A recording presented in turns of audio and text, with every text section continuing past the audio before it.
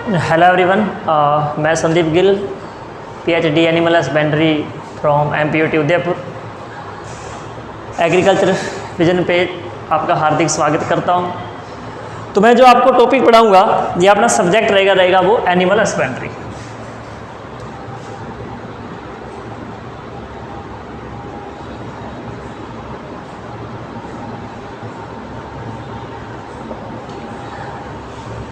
अगर BSc level पे देखें, एनिमल हस्बेंड्री के दो कोर्स किए गए हैं। एक है रूमिनेट और दूसरा है नॉन रूमिनेट। रूमिनेट और दूसरे कोर्स का क्या है नाम है, नॉन रूमिनेट। तो प्रिय स्टूडेंट, आपको इस प्लेटफॉर्म पे कंप्लीट कोर्स मिलेगा रूमिनेट और रूमिनेट का, नॉन रूमिनेट का कंप्लीट सिलेबस आपको एग्रीकल्चर विजन के प्लेटफॉर्म पे देखने को मिलेगा। जैसे पहले से आपके सेमेस्टर के अंदर रूमिनेट चलता है, दूसरे के अंदर नॉन रूमिनेट चलता है। टॉपिक वाइज एकदम कंप्लीट सिलेबस आपको मिलेगा। तो देखो भी, आज अपने स्टार्ट करने जाएंगे। रूमिनेट पढ़ने से पहले अपने इस चीज़ पे डिस्कस करेंगे कि एक्चुअली में एनिमल हस्बेंड्री क्या है ना। तो एनिमल हस्बेंड्री के अंदर अपने क्या पढ़ते हैं, एग्रीकल्चर की ये ब्रांच है। अगर अपने एग्रीकल्चर की तरफ से देखें तो एग्रीकल्चर के मुख्य 3 कंपोनेंट होते हैं अभी, एक हॉर्टिकल्चर, एग्रोनॉमी और उसके बाद आता है एनिमल हस्बेंड्री। तो अपने जो तीसरा मुख्य कंपोनेंट है एनिमल हस्बेंड्री, उसको कंप्लीट करना शुरू करेंगे। तो उसके अंदर सबसे पहले देखते हैं कि एनिमल हस्बेंड्री है क्या, इस ब्रांच में क्या क्या देखा जाता है, क्या क्या पढ़ा जाता है, किन किन चीज़ों की स्टडी की जाती है।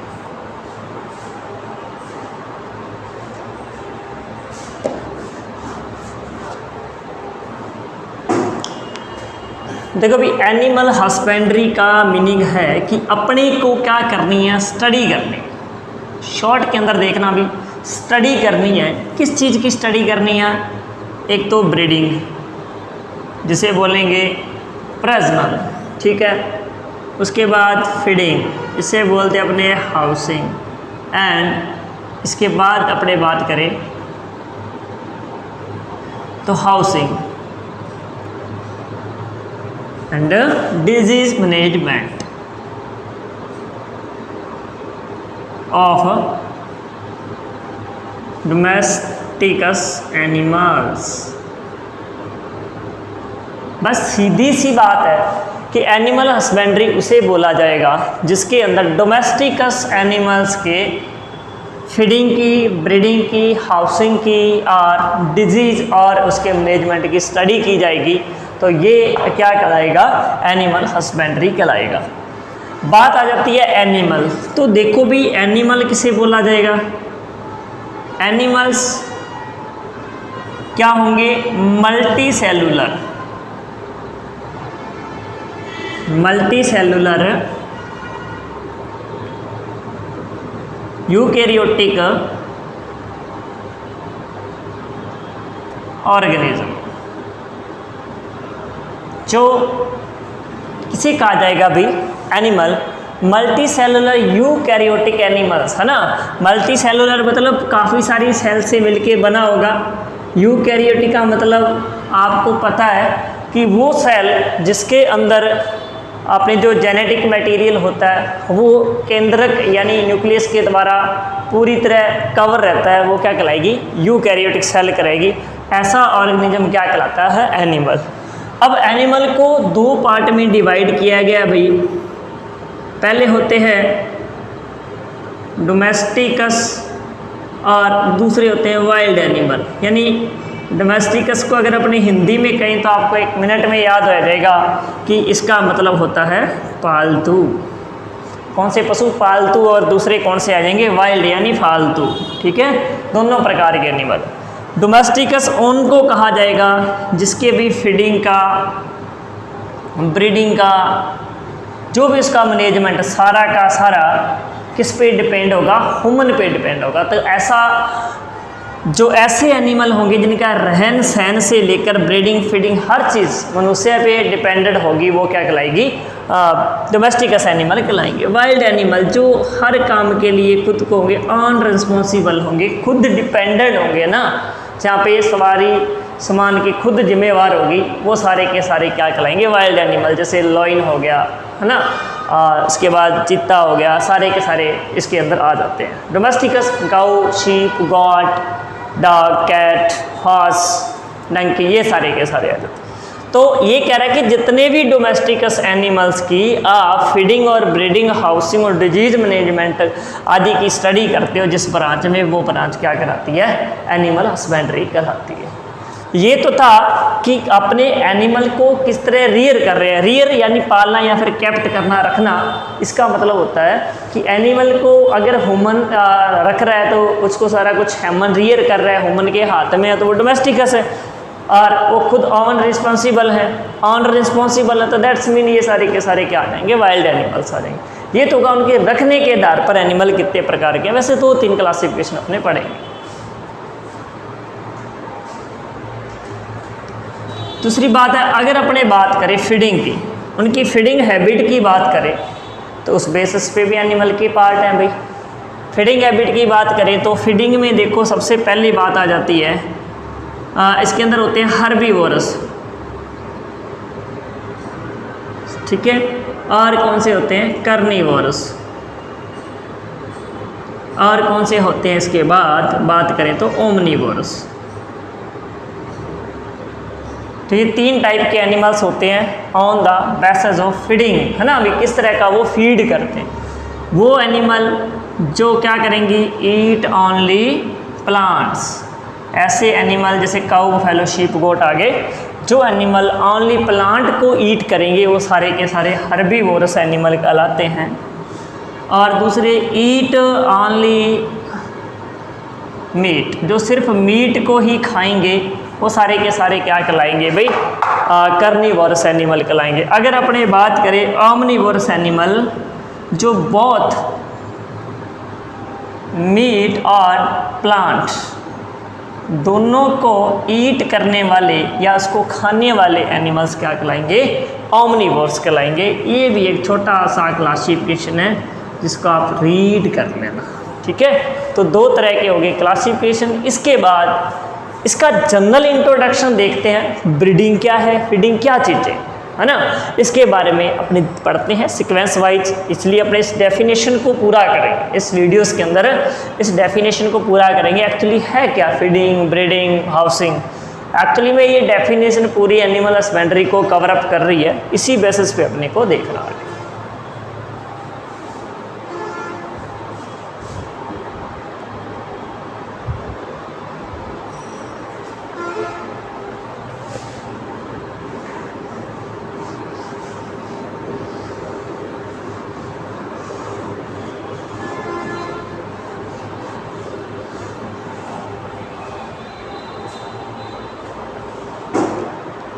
हाँ भाई, जब बात किसकी आती है? ब्रीडिंग की। ब्रीडिंग की बात यानी mating between male and female. Actually breeding का मतलब क्या होता है भाई? Mating between male and female. ये भाई जो BW लिखा हुआ है इसका मतलब मैंने बिटवीन लिखा है ना। Mating between male and female is also called breeding. अब देखो भी मैटिंग करवानी है तो उससे पहले बहुत सारी चीज़ों का पता होना चाहिए कि एक्चुअली में क्या प्रोसेस रहेगा ब्रीडिंग के लायक, या ब्रीडिंग तक पहुंचने के लिए एनिमल्स को कौन कौन से प्रोसेस कंप्लीट करने पड़ेंगे। तो सबसे पहली एज आती है जिस एज को कहा जाता है पुबर्टी एज।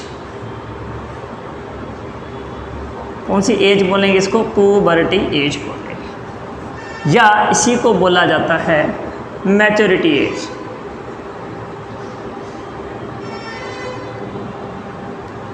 पुबर्टी एज या मैच्योरिटी एज इसे बोला जाता है। अगर अपने बात करें कि ये होता क्या है, इसका मीनिंग होता है सेक्सुअली ऑर्गन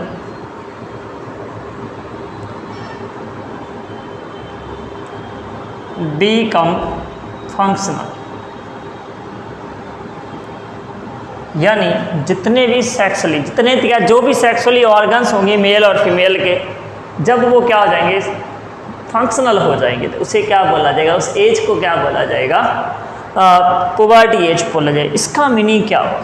देखो भाई, मीनिंग ये हुआ, अगर अपने मेल की बात करें कि मेल के अंदर पुबर्टी के क्या फीचर्स या साइन रहेंगे, तो वो रहेगा कि इसके अंदर भी एक तो सीमन प्रोडक्शन स्टार्ट हो जाएगा, प्लस उसके अलावा एक हार्मोन रिलीज होगा जिसे बोलते हैं अपने टेस्टोस्टेरॉन, ठीक है। इसके अलावा इसके अंदर क्या बनने शुरू हो जाएंगे, शुक्राणु जिसे बोलते हैं स्पर्म। अगर ये फीचर्स मेल के अंदर दिखने लग जाते हैं, दैट्स मीन मेल ने क्या कर लिया है, अटेंड कर लिया है, पुबर्टी एज को मेल ने अटेंड कर लिया। फीमेल के अंदर ज़्यादा फीचर देखने को मिलते हैं। तो सबसे पहले इसके अंदर जैसे मेल का सेक्सुअली हार्मोन होता है टेस्टोस्टेरोन और फीमेल का होता है एस्ट्रोजन। अब फीमेल के अंदर जब मैच्योरिटी आएगी तो पहली बार या first time oestrogen hormone release होगा। अब देखो भाई, ये जो हार्मोन्स है बड़ी कमाल की चीज़ है, ठीक है। तो ये जो हार्मोन है ये क्या क्या साइन करेगा जिससे पता चलेगा कि फीमेल के अंदर कौन सा हार्मोन रिलीज है, एस्ट्रोजन। जैसे ये हार्मोन रिलीज होगा तो फीमेल क्या करेगी, बेलोविंग करेगी। देखो भाई, बेलोविंग का मतलब क्या है कि गाय और भैंस यानी काऊ और बफेलो का बोलना क्या करता है, बेलोविंग, बार बार बोलेगी गाय। दूसरा फीचर रहेगा, माउंट करेगा एनिमल ऑन अनदर एनिमल, दूसरे एनिमल पे क्या करेगी फीमेल, माउंट करेगी। उसके बाद एक तो रेडनेस होना, उसके अलावा स्वेलिंग आना एंड लिक्विड डिस्चार्ज होना फ्रॉम रिप्रोडक्टिव ऑर्गन्स।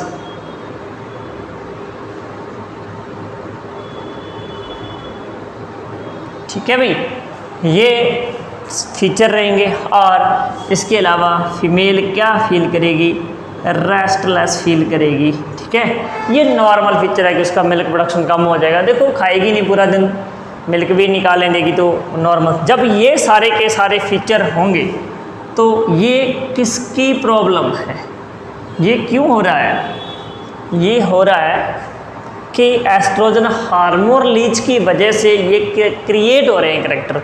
और ये क्रिएट लक्षण जो सारे के सारे किसको कह रहे हैं कि फीमेल किस में है, एस्ट्रस पीरियड में या फिर हीट पीरियड में, ठीक है।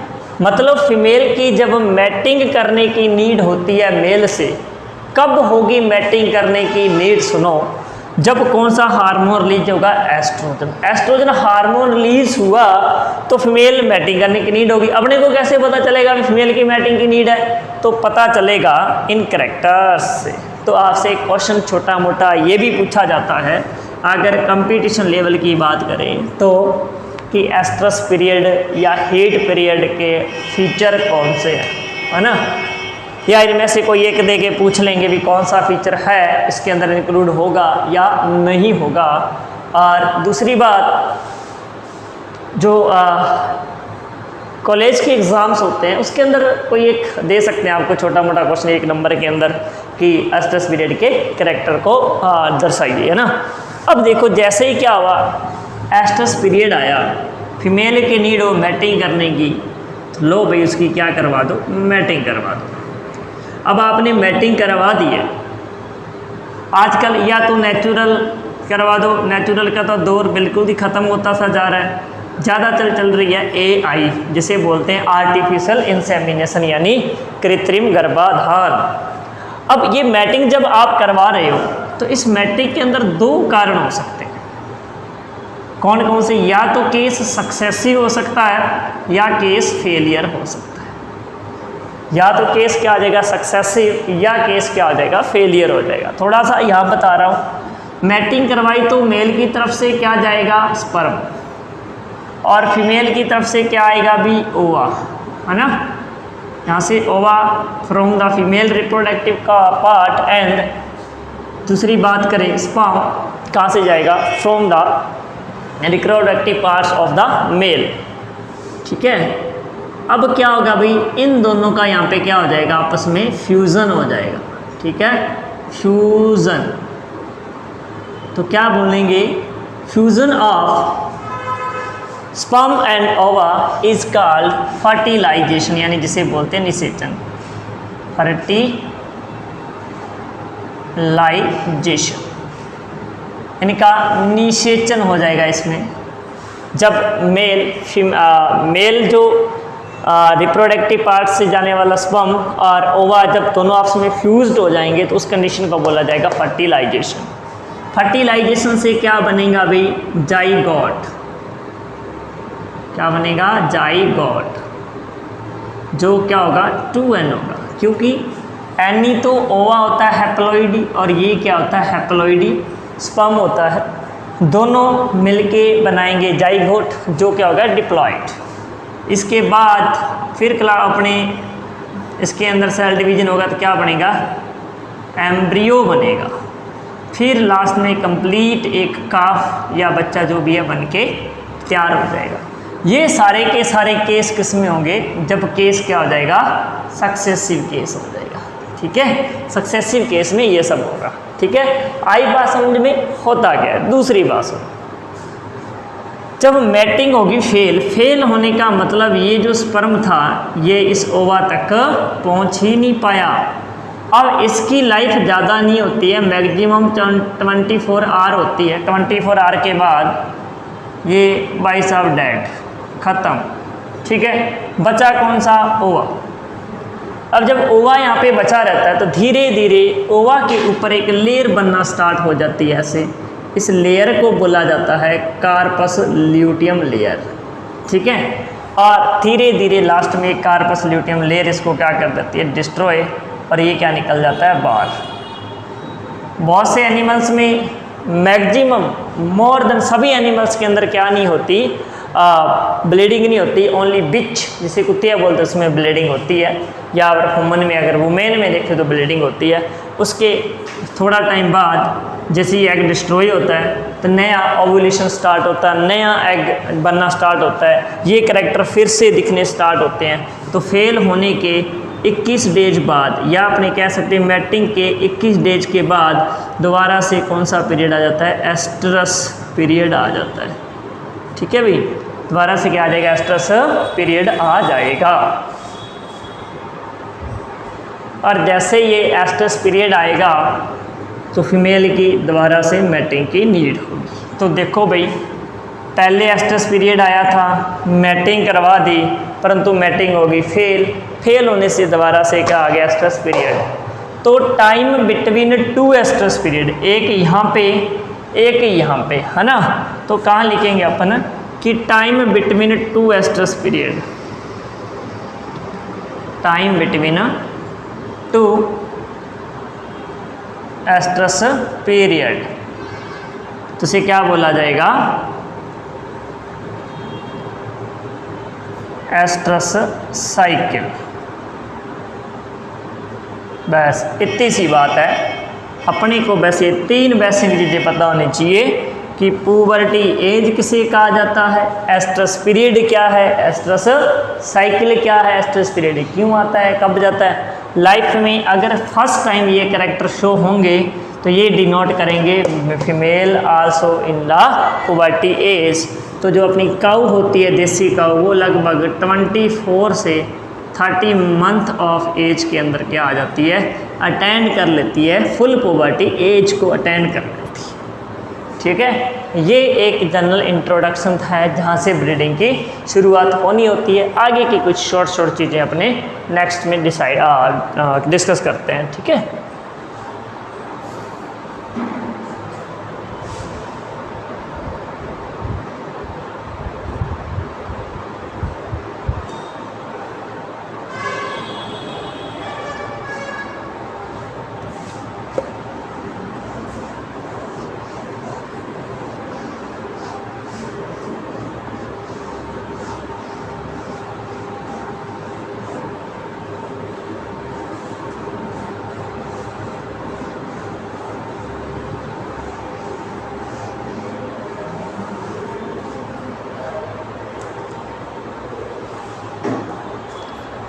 देखो भाई, अब अपने बात करेंगे, सबसे पहले सुनते जाना, पूरा ध्यान से चीज़ों को समझना भाई। सबसे पहले अपने पढ़ा था पुबर्टी एज, ठीक है। अगर पुबर्टी एज आएगी तो कैसे पता चलेगा, क्योंकि आ जाएगा वहाँ पे एस्ट्रस या फिर हीट पीरियड, ठीक है। अब जैसे ये हीट पीरियड आएगा, हीट पीरियड आते ही क्या करवाई जाएगी भाई, मैटिंग। और जैसे मैटिंग हो जाएगी सक्सेस, मैटिंग सक्सेस के बाद कौन सा पीरियड आएगा, गैस्टेशन पीरियड, यानी इसे बोलेंगे अपने गर्भकाल, स्मोक क्रिया, इसे बोलेंगे मध्यकाल या मध्यकाल बोला जाता है इसको। हिंदी में बोल देते हैं ऐसे और एक वर्ड, और पाली में आना, ऐसा कुछ ही वर्ड इसके लिए यूज किया जाता है, ठीक है। इसे परिपक्व आयु, यौवनावस्था भी बोला जाता है।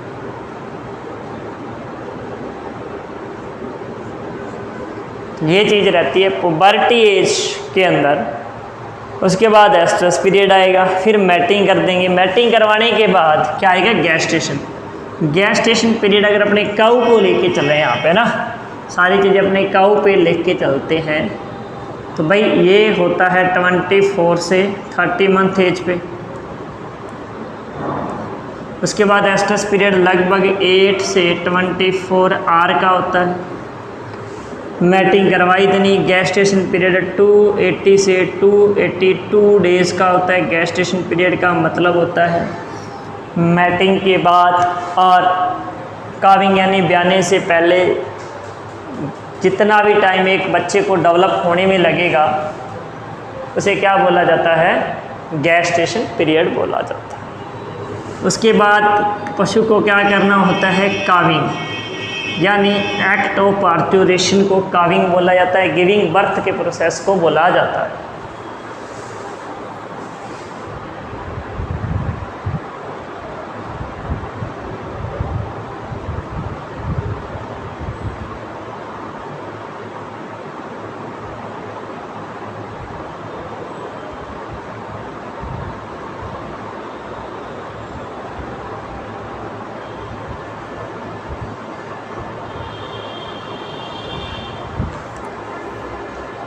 काविंग का मतलब होता है इसका ब्याना ना। ब्याने के बाद देखो भी ये क्या लेके आएगी, एक काफ लेके आएगी, यानी जिसे अपने छोटा बच्चा बोलते हैं वो काफ कर। और उसके बाद इसकी क्या स्टार्ट हो जाएगी, मिल्किंग, यानी ये दूध देना शुरू कर देगी। ठीक है। अब कुछ बातें हैं, पूरा गौर फरमाना कि जैसे ही काऊ ने क्या कर ली, काविंग कर ली, ठीक है, ब्याह गई है। ये कई बार क्वेश्चन पूछा जाता है, गाय ब्याने के कितने टाइम बाद दोबारा से हीट पीरियड में आती है, ये चीज़ पूछी जाती है। तो गाय ब्याने के या काविंग के कितना टाइम आफ्टर, कितना टाइम बाद आएगी, तो इसका टाइम रहता है ये 60 से 19 डेज। ठीक है। काविंग के कितना टाइम बाद दोबारा से गाय को ब्याना है, तो सॉरी ब्याने के कितने टाइम बाद दोबारा से हीट में आएगी, तो वो लगभग आ जाएगी 60 से 90 दिन के अंदर। ठीक है। ये क्वेश्चन कई बार पूछा जाता है। अब अपने को पता है कि काऊ ने यहाँ पे मिल्किंग स्टार्ट कर दी, दूध देना शुरू कर दिया। जैसे शुरू में तो कोलेस्ट्रम या खीस होता है, यहाँ से उसने दूध देना शुरू किया और उसके बाद ये किस में आ गई भाई, हीट पीरियड में आ गई, तो भी वो क्या दे रही है, दूध दे रही है। अपने मैटिंग करवा दी तो भी वो क्या कर रही है, दूध दे रही है। सुनते जाना बात को। उसके बाद क्या कर रहे हैं कि इसका गैस्टेशन पीरियड है, चल रहा है, बच्चा डेवलप हुआ तो भी दूध दे रही है, परंतु ब्याने से थोड़ा पहले,